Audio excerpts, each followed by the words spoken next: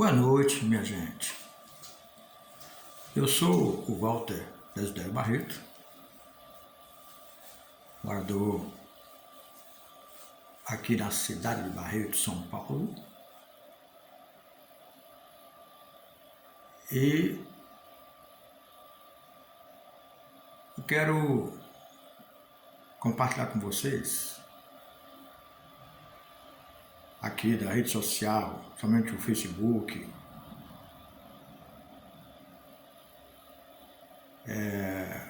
uma experiência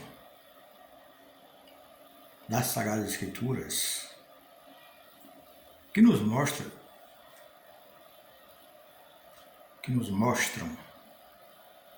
as Sagradas Escrituras o que o Satanás pode fazer na vida de um ser humano. Muita gente ignora exatamente o poder de influência que ele tem sobre a vida das pessoas. Mas eu quero mostrar aqui que eles têm poder sim de influenciar pessoas para fazerem aquilo que desagrada a Deus. E aqui no capítulo 21 de 1 Crônicas, a partir do versículo 1, nós vamos ler aqui um relato de como ele influenciou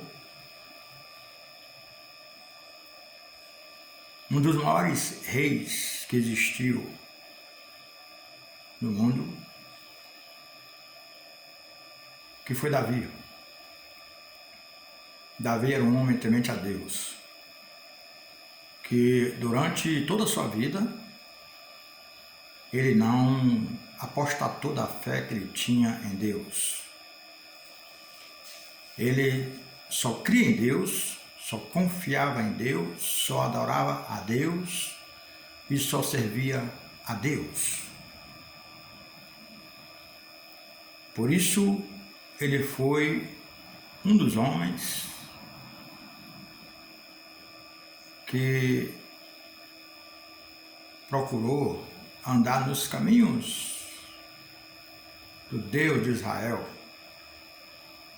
o Deus que fez os céus e a terra,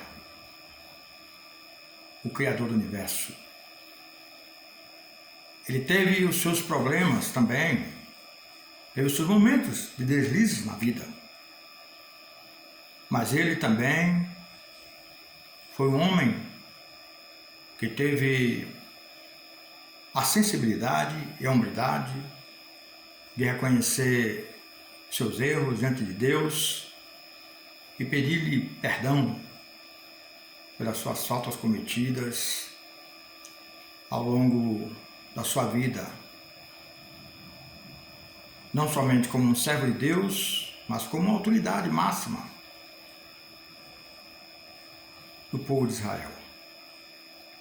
Mas, mesmo assim, ele não teve força suficiente para resistir à tentação do Satanás, como diz aqui nas Escrituras Sagradas, em relação a realizar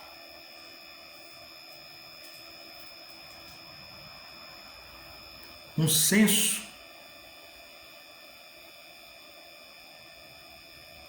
do povo judeu, que não era, na verdade, a vontade de Deus que ele fizesse isso. Mas aqui no versículo 1, volto a repetir, o capítulo 21,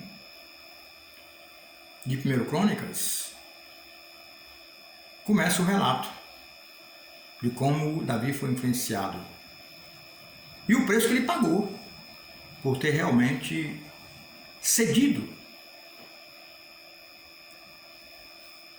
essa influência maligna.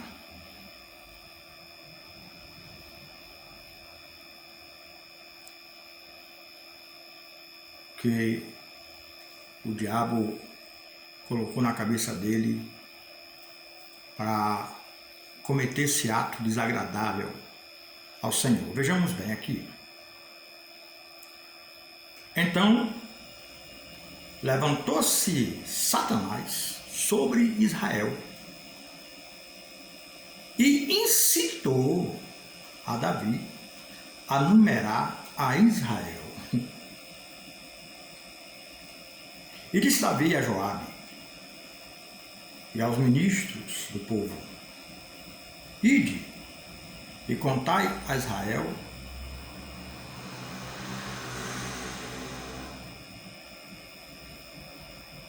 desde Berseba até Dan, e trazei-me, e eu saberei seus números. Disse Joabe. Joabe era o comandante de Davi.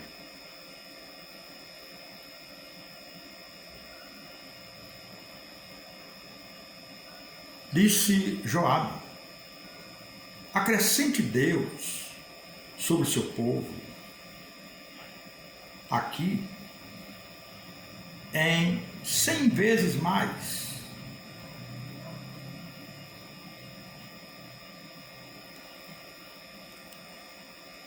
Porém, ó meu Senhor,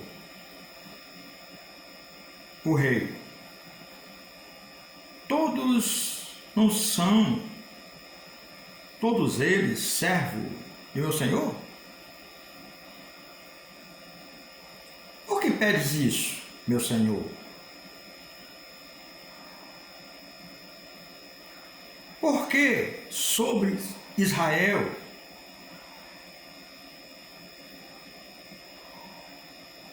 traria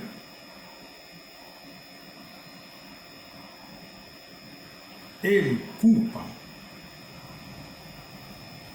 Todavia, a palavra do rei prevaleceu contra Joabe. E saiu Joabe e andou por todo Israel. E então voltou a Jerusalém. E deu Joabe o número contado do povo a Davi. E era todo o Israel 1.100.000 homens que arrancavam espada. E de Judá 470.000 homens que arrancavam espada. Porém, os de Levi e Benjamim não contou entre eles, porque abominável foi a palavra do rei a Joabe. E foi mal aos olhos de Deus esse ato, pelo que feriu a Israel. Então disse Davi a Deus: pequei muito pelo que fiz, e agora peço-te que perdoe o pecado de teu servo, pois procedi muito loucamente.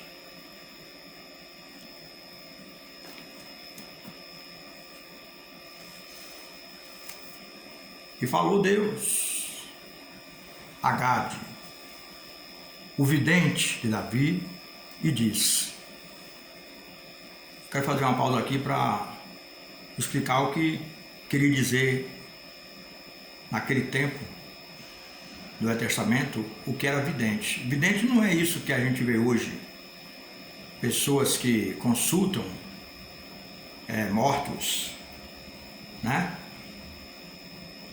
Que vê as coisas de uma forma totalmente diferente do que a Sagrada Escritura se refere a vidente. Vidente naquela época era profetas de Deus, que Deus falava aos profetas aquilo que queria que eles fizessem, aquela mensagem que eles davam para as pessoas da época, principalmente os reis, que sempre consultavam os profetas. Os reis, sim, aqueles reis que serviam a Deus, como Davi. Então aqui, esse Gade era um profeta. Aí foi Deus que falou para Gade, o vidente de Davi, e disse: vai e diz a Davi assim: diz o Senhor, 3 propostas ponho diante de ti, escolhe uma delas para ti e eu te farei.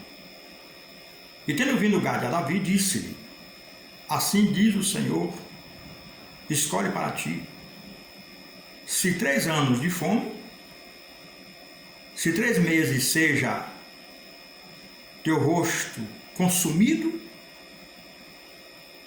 e a espada de teu inimigo te alcançar, ou se 3 dias a espada de Deus, ou seja, a peste na terra, e o anjo de Deus destruindo em todos os termos de Israel. Vê agora que resposta hei de levar a quem me enviou.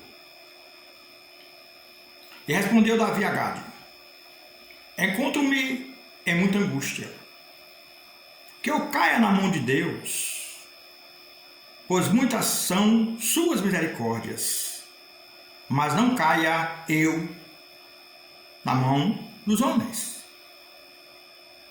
Mandou, pois, Deus a peste em Israel, e caíram de Israel 70.000 homens.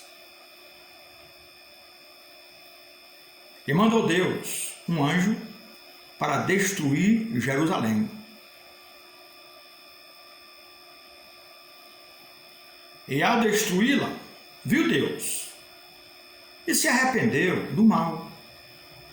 E disse ao anjo destruidor: basta, agora retira tua mão. E o anjo de Deus estava em pé, junto à eira de Araúna, o Jebuseu. E levantou Davi seus olhos e viu o anjo de Deus que estava entre a terra e o céu, com a espada desembainhada em sua mão, estendida contra Jerusalém. E caíram prostrados Davi e os anciãos, vestidos com sacos sobre seus rostos. E disse Davi a Deus: não fui eu quem falou para contar o povo? E não fui eu quem pecou?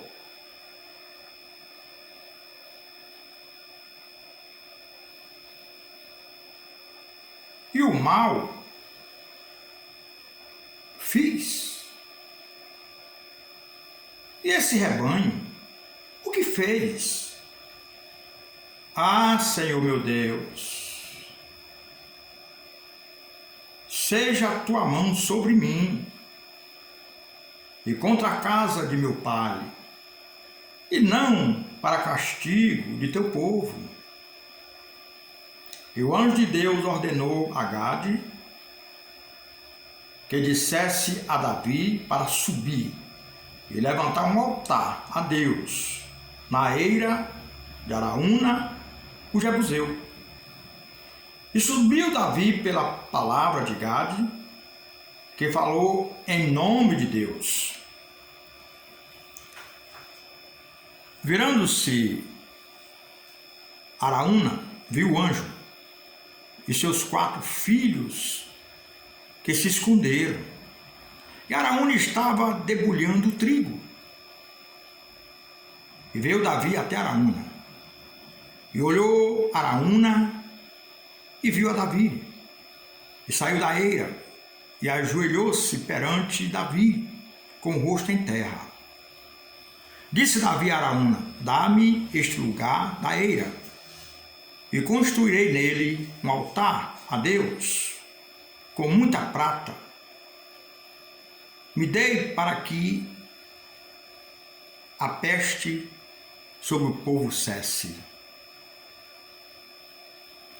E disse Araúna a Davi: toma para ti e faça meu senhor o rei o que parecer bem a seus olhos. Eis que dou o gado para o sacrifício, e os trilhos para a lenha, e o trigo para a oferta de cereais. Tudo dou. Disse o rei Davi a Araúna: não, pois pelo seu valor quero comprar, porque não tomarei o que é teu para Deus, nem oferecerei holocausto que não me custe nada. E deu Davi a Araúna pelo lugar o peso em ouro que era de 600 siclos. Então construiu Davi um altar para Deus, e ofereceu holocaustos e ofertas pacíficas, e clamou a Deus, o qual lhe respondeu com fogo do céu sobre o altar do holocausto. E ordenou Deus ao anjo que tornou a embainhar sua espada.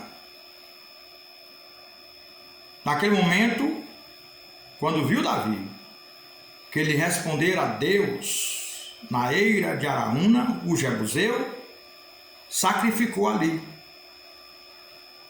pois o tabernáculo de Deus que fizera Moisés no deserto e o altar do holocausto estavam naquele tempo no alto de Gibeon. E não pôde Davi ir até lá para consultar a Deus, porque estava aterrorizado por causa da espada do anjo do Senhor. Bem, minha gente, eis aqui o relato nas Sagradas Escrituras do que Davi fez sob influência do demônio, do Satanás, que desagradou a Deus. O que é que eu quero dizer com isto? É que o Satanás, ele tem poder de influenciar qualquer um de nós neste mundo que não estamos blindados pelo sangue de Jesus Cristo a cometer qualquer ato deslocado contra o nosso semelhante, o nosso próximo. Por isso é que nós vemos todos os dias, é só pegar os jornais, assistir os noticiários, quantas desgraças acontecem por dia no Brasil e no mundo todo. Pessoas cometendo atos desabonadores, atos que violentam o direito do seu semelhante, do seu próximo. Crimes bárbaros, terríveis, chacinas, uma infinidade de atrocidade está sendo cometido neste mundo. E lamentavelmente, a maioria dessas pessoas que cometem esses atos, não se dão conta de que eles estão sendo usados pelo Satanás. Porque ninguém neste mundo tem a capacidade, tem a competência, vamos chamar assim, tem a competência de cometer certos tipos de crimes sem que ele seja possuído por uma força sobrenatural. Não tem como. Vimos recentemente aquela história do Lázaro, aqui no Brasil, que passou dias zombando das autoridades policiais, fugindo de um lado para o outro e cometendo crimes terríveis. Rapaz novo. Mas qual foi o resultado? Morreu cravejado de bala pela polícia, que ele não respeitou, né? Não respeitou. Mas com certeza absoluta, minha gente, tudo aquilo que ele praticou foi sob a influência exatamente do Satanás. A Sagrada Escritura diz que o demônio, o Satanás, veio para o mundo para matar, roubar e destruir. A própria Sagrada Escritura também diz que o mundo jaz no maligno. O que quer dizer o mundo jaz no maligno? Exatamente isso. O mundo está sob o comando do maligno. Está sob o domínio do maligno. Você vê aí na pandemia, as autoridades médicas, governantes, dando orientações, passando orientações para o povo evitar o contágio desse vírus letal, evitando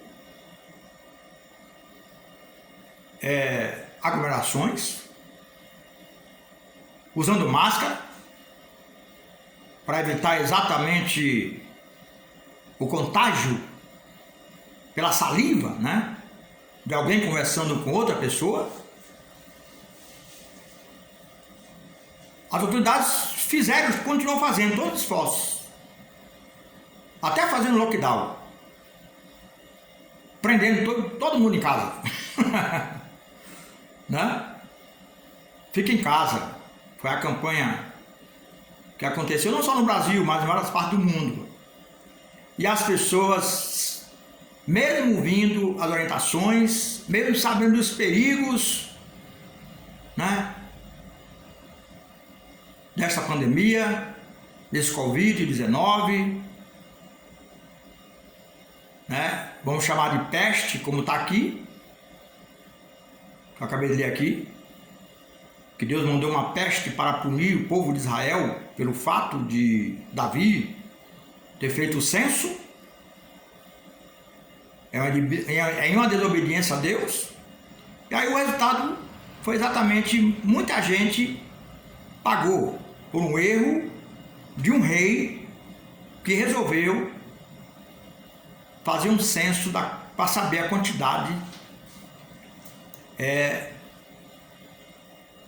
de homens em Israel, porque o censo era mais só para os homens. E nós vemos exatamente esse retrato da desobediência entre as pessoas aqui no Brasil e no mundo,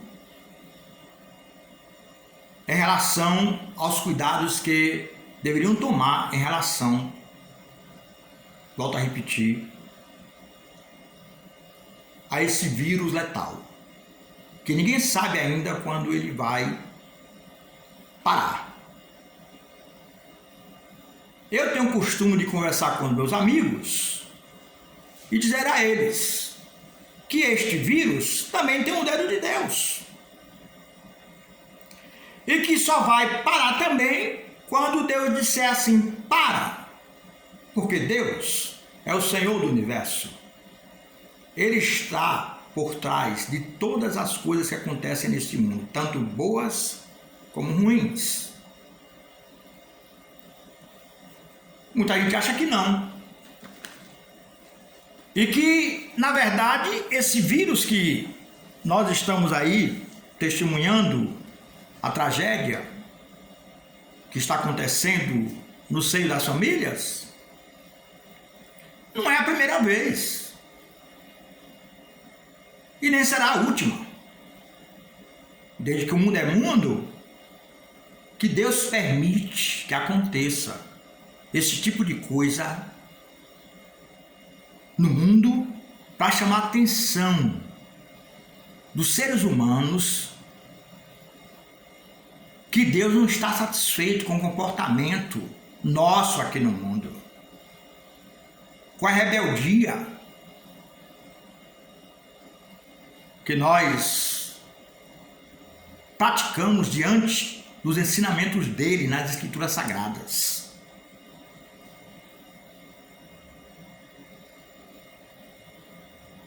Com a rebeldia, Deus não está alegre com a nossa rebeldia aqui neste mundo, não. Nós ignoramos os seus ensinos desde que o mundo foi criado, desde que nós, na verdade, nós somos origem, lógico, de Adão e Eva. E desde que Adão e Eva desobedeceram a Deus lá no Jardim do Éden, é que a tragédia do mundo se alastrou. A primeira mulher do mundo, que foi Eva, também foi influenciada pelo Satanás. O mesmo Satanás que influenciou Davi a fazer o censo de Israel, foi o mesmo Satanás que disse para Eva desobedecer a orientação de Deus, a ordem de Deus que Deus havia dado para Adão, dizendo que de todas as árvores do Jardim do Éden eles podiam comer, mas aquela árvore do bem e do mal eles não podiam comer, porque no dia que eles comessem eles morreriam. E a Eva simplesmente caiu no conto da serpente, conhecida como Satanás. E Satanás induziu, influenciou a Eva a desobedecer a Deus, dizendo inclusive para ela que se ela comesse daquele fruto, ela ia ser semelhante a Deus. Assim como ele também pensou quando, antes dele ser Satanás, ele era um anjo de Deus, responsável pelas coisas de Deus. Era um anjo de confiança de Deus. E ele não sabia que Deus tinha um atributo além do dele, que era a onisciência. O Satanás não é onisciente, ele é onipresente e onipotente. E Deus, ele é onipresente, onipotente e onisciente. Onisciente quer dizer o quê? Que ele conhece os nossos pensamentos. Só ele conhece os nossos pensamentos. E o Satanás, na época, quando disse que ele ia fazer o seu trono acima do trono de Deus, para ser igual a Deus, ele não sabia que Deus estava vendo o pensamento dele. Então, minha gente, eu quero encerrar essa reflexão aqui em relação ao poder que o diabo tem de influenciar qualquer ser humano aqui neste mundo a praticar atos que desabonam cada um de nós, que é abominável aos olhos de Deus, para que nós procuremos mais buscar examinar as Escrituras Sagradas, para que assim a gente possa estar atentos a todo momento em relação às influências malignas nas nossas vidas. A própria Escritura Sagrada nos diz: fugir da aparência do mal, resistir ao diabo, e ele fugirá de vós. Está nas Escrituras Sagradas todas essas orientações. Mas, infelizmente, os seres humanos preferem ignorar tudo isso, porque acha que nada disso vai afetar a sua vida depois da morte, que a maioria das pessoas tem medo da morte. Por isso que quando tem qualquer problema de saúde, corre logo para os médicos, né? Porque não quer morrer. Porque, com certeza absoluta, aqueles que realmente têm medo da morte é porque, no fundo, sabe que vão ter que responder diante do Criador tudo aquilo que cometeu aqui em vida. Ainda mais tem outra coisa. Todos aqueles que não se arrependem do que fez, das faltas que cometeram aqui neste mundo, em vida, e dessa sepultura, sem se arrepender, sem aceitar o plano de Deus de salvação para a sua vida, para a minha vida, pode ter certeza que não vai entrar no reino dos céus. Não vai entrar na glória de Deus. Embora a maioria das pessoas, quando perdem um ente querido, a primeira coisa que faz é recomendar a Deus: recebe o fulano que foi bom aqui em vida, fez muita coisa, uma pessoa boa, não fazia mal para ninguém. Essas pessoas acham que Deus não acompanha nossos atos aqui em vida, não. Essas pessoas acham que Deus não sabe o que é que eu faço 24 horas por dia da minha vida. Aí alguém passa a vida toda sem querer saber de Deus, pintando e bordando, adulterando, prostituindo, roubando, matando, mentindo, criando confusão no mundo, né? E não se arrepende antes de partir deste mundo. Aí amigos e familiares recomendam a pessoa, depois de morto, a Deus, né? Ainda diz assim: vá com Deus, fulano, como se ele estivesse ouvindo. Depois da morte, a Sagrada Escritura diz que ninguém ouve nada mais, que ninguém vê, que ninguém sabe de nada mais. Vai para o esquecimento. E essas pessoas insistem ainda em considerar uma pessoa que faleceu ter condições de ouvir o que ela está falando para ele ou para ela. Minha gente, eu estou sempre falando isso. Examine as Escrituras Sagradas. Estudem a Bíblia Sagrada para errar menos. Para errar menos na vida. E se aproximar mais de Deus. E se distanciar cada vez mais do pecado que tem destruído os seres humanos aqui na Terra. A primeira praga que eu denomino, que aconteceu no mundo, foi uma que dizimou a humanidade inteira. Tudo que tinha no mundo foram dizimados. Os bichos, os animais, tudo. Que foi o dilúvio. Noé passou mais de 100 anos avisando aquele povo daquela época. O dilúvio vem. O dilúvio vem. Procurem escapar do dilúvio, que ele vai vir. Passou 120 anos construindo a arca que Deus mandou ele construir para acolher os animais. E as pessoas também que quisessem escapar. E o pessoal zombava de Noé. Talvez chamavam até de louco. E só queria saber de festa. O próprio Jesus Cristo cita isso lá no Novo Testamento, quando ele esteve aqui no mundo. Ele falou que assim como foi no dia de Noé, também seria na sua vinda também. Então, minha gente, não é brincadeira não. O que está acontecendo no mundo, a tendência é piorar cada vez mais. Isso tudo por quê? Por causa da desobediência dos seres humanos. Por causa da zombaria que os seres humanos fazem de Deus.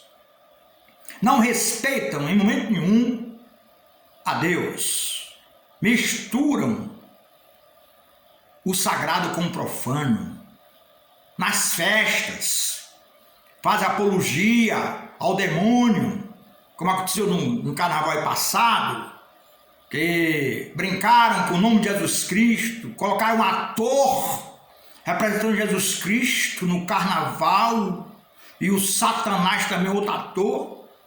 E aí, minha gente, depois fica reclamando. Olha, as Escrituras Sagradas dizem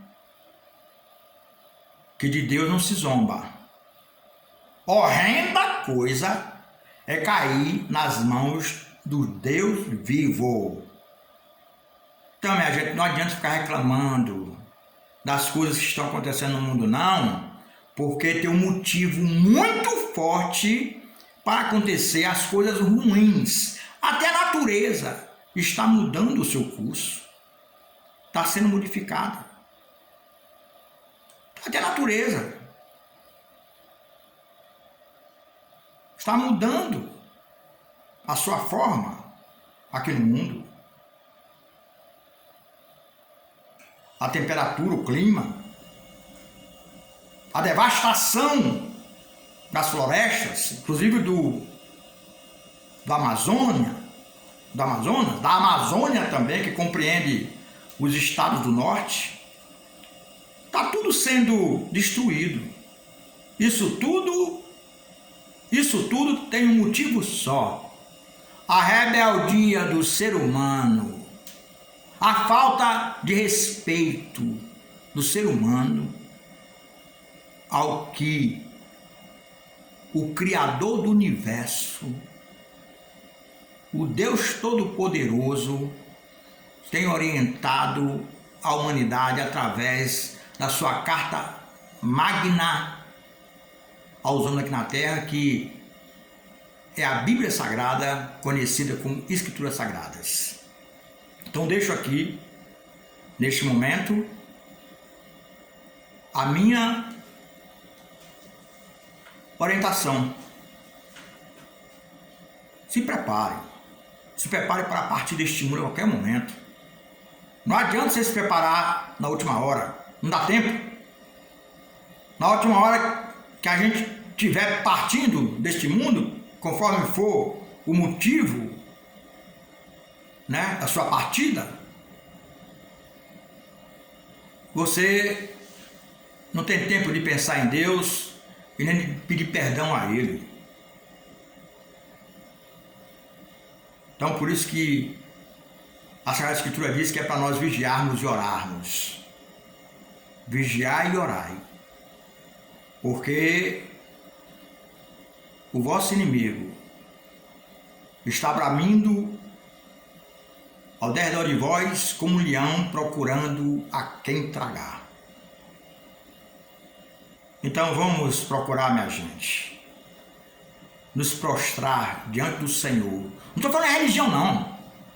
Muita gente está achando que a religião que serve, que segue, será o passaporte para sua entrada no céu. Mentira. Até porque, desde o tempo do Velho Testamento já tinha as religiões, já funcionavam as religiões. Mas as religiões nunca levaram ninguém para a glória eterna. O próprio Jesus Cristo disse: eu sou o caminho, eu sou a verdade e eu sou a vida. Ninguém vem ao Pai a não ser por mim. Ninguém. Religião nenhuma aqui na terra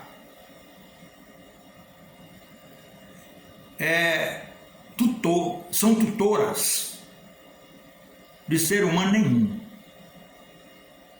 Você não será salvo por causa da sua religião que você serve, que você idolatra também a sua religião, a sua crença.